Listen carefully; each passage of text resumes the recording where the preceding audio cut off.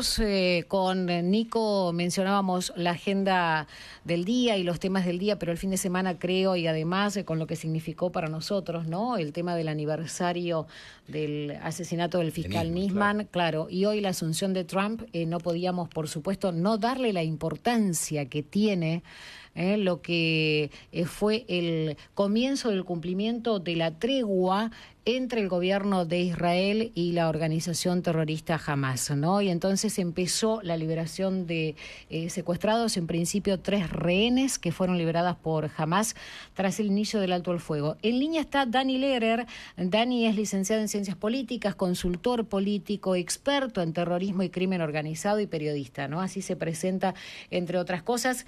Hay que seguirlo en sus redes porque es fantástico, pero hoy tiene la amabilidad de atendernos. Dani, ¿cómo estás? Soy Mariel, con Nico y todo el equipo aquí en Mitre. ¿Qué tal? Mucho gusto. Buenas tardes a todos. Es un placer estar con ustedes. Daniel, contanos, bueno, ¿qué significa este primer pasito, no? Digo, porque son 33 en principio los rehenes que los terroristas de Hamas se comprometieron a liberar. Y bueno, ¿cómo crees que puede continuar este intercambio en donde se liberan a terroristas prisioneros, ¿no? Por parte del gobierno de Israel? Mira, estás diciendo vos, y creo que es importante para entender, explicar qué no es este acuerdo, porque hay mucha desinformación dando vueltas. Esto no es un intercambio de rehenes.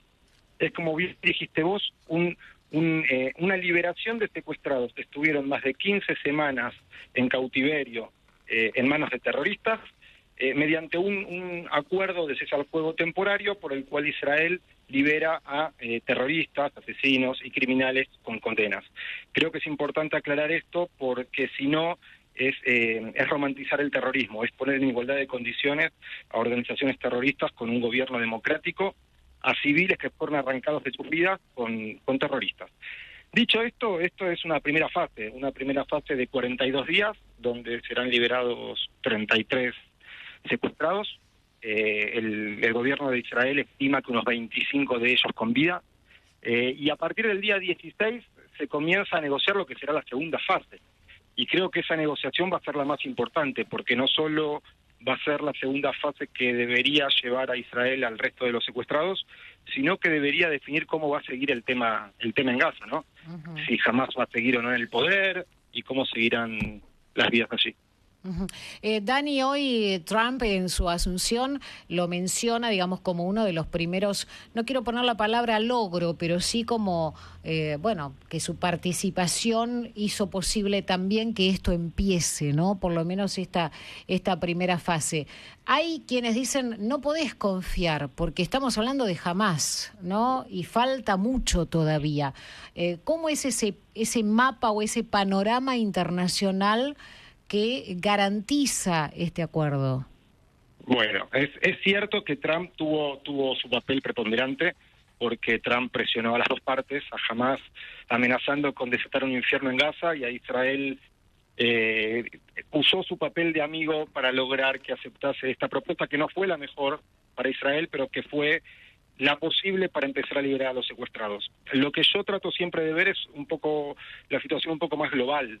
Y yo creo que Israel tenemos que tener en cuenta que enfrentó una guerra por su existencia. No fue solo Gaza, no fue solo Hamas, sino que Israel fue atacado por Irán y sus tentáculos desde todos los frentes. Bueno, en resumen, Israel sale muy fortalecido de esta guerra donde intentaron eliminarlo. Israel sale muy fortalecido geopolíticamente, y yo veo en el futuro que se van a retomar los acuerdos de Abraham. Los acuerdos de Abraham son aquellos acuerdos que impulsados por Trump en su presidencia anterior, por los cuales Israel normalizaba relaciones con países árabes. Creo que Israel va a terminar haciendo lo propio con Arabia Saudita, que es lo que en definitiva el 7 de octubre intentó frenar. Intentó frenar la normalización de relaciones entre Israel y Arabia Saudita, porque eso puede dar un vuelco a lo que es Medio Oriente. Dani, ¿cómo estás? Nicolás Diana te saluda. Con gusto. Quería consultarte, ¿cómo es hoy, si tenés información, la situación de Hamas? ¿Cómo está? ¿Está más debilitado? ¿Sigue esta tregua, la puede aprovechar para tratar de fortalecerse? ¿Cómo imaginás ese escenario para adelante? Bien, sí, a ver, Hamas fue destrozado. Militarmente Hamas fue derrotado, y fue destrozado y fue descabezado, y se eliminó a toda su cúpula y a unos 25.000 terroristas. Lo que ocurre es que se multiplican, salen de abajo de los túneles y se multiplican. Lo que vimos ayer fue un intento de demostración de fuerza, obviamente, fue mostrar la mayor cantidad de terroristas posibles en un evento que sabía que el mundo iba a tener los ojos puestos allí. Yo creo que está profundamente debilitado y creo que en la segunda etapa de negociaciones Israel no va a permitir que Hamás mantenga el poder en Gaza, porque a Israel le quedan dos objetivos por cumplir en esta guerra, que es la liberación de los secuestrados y que jamás no tenga más el poder, y creo que por eso van en la segunda fase. Dani, vos mencionaste recién que no fue el mejor acuerdo, pero fue el posible. Frente a eso, lo que a mí, digamos, desde el desconocimiento, por ahí de no ser especialista en el tema, se me planteaba a priori como duda, era por qué la desproporción de lo que era la liberación de 3 rehenes con el número enorme, ¿no? Creo que 50 o 100 por cada 3 rehenes por parte de los prisioneros de Hamás. ¿Algo de eso hay o no? El número exacto es de 30 rehenes por cada civil y de 50 por cada mujer soldado. Pero por ejemplo, ayer se liberaron estas 3 chicas, ¿no? A Romy, Emily y Doron. ¿Y cuántos cuántos terroristas de Hamás volvieron a su territorio?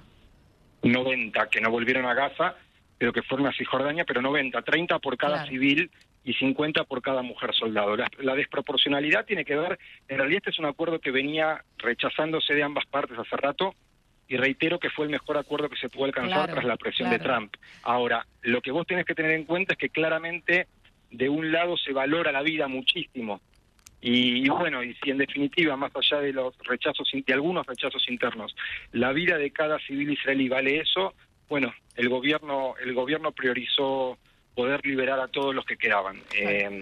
Tomará las medidas seguramente para que estos terroristas no vuelvan a actuar contra estos civiles israelíes. Claro.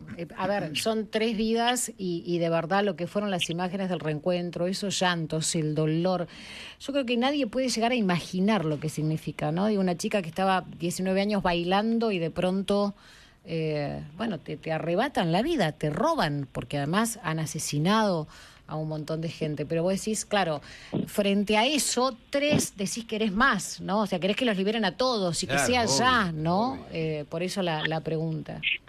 Sí, lógicamente, lo que pasa que, bueno, es un cese al fuego que tiene su programa y que es paulatino y que va a llevar 42 días y que vamos a ver todas las semanas la liberación el sábado de 4 y después cada 7 días 3 secuestrados hasta el día 42 que quedan los 14 restantes. Sí, es un tema, es fuerte. Yo ayer me preguntaba cómo sería la primera noche de estas chicas fuera de su cautiverio, ¿no? ¿Cómo iban a hacer para dormir? ¿Qué se sentiría dormir en el hospital con su familia o en sus casas?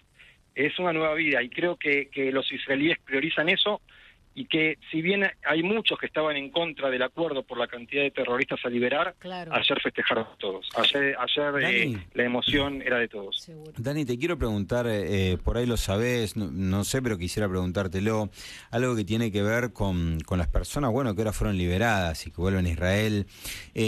¿Cómo es el proceso para poder ir rearmando de a poco su vida? Porque me imagino que el impacto de estar secuestrado, no sabemos en qué situaciones, en qué lugares, ¿hay un tratamiento particular? ¿Cómo se los acompaña? ¿Cómo es todo ese proceso? No hay un proceso para cada uno, para todos en general. Cada uno pasa por su proceso. Obviamente que hay un proceso general de acompañamiento inicial, pero ¿cuánto dura? ¿Cuánto es el tiempo que tardan estas personas en recuperarse, no físicamente, psicológicamente de lo que han sufrido? Por ahí te lleva una vida, obvio. Probablemente, y cada uno le impacta de otra manera. Lo hemos visto ayer en las chicas, como cada una de otra manera celebraba su regreso o abrazaba a su familia. Bueno, esto lleva mucho tiempo, no es matemática. No, y seguro.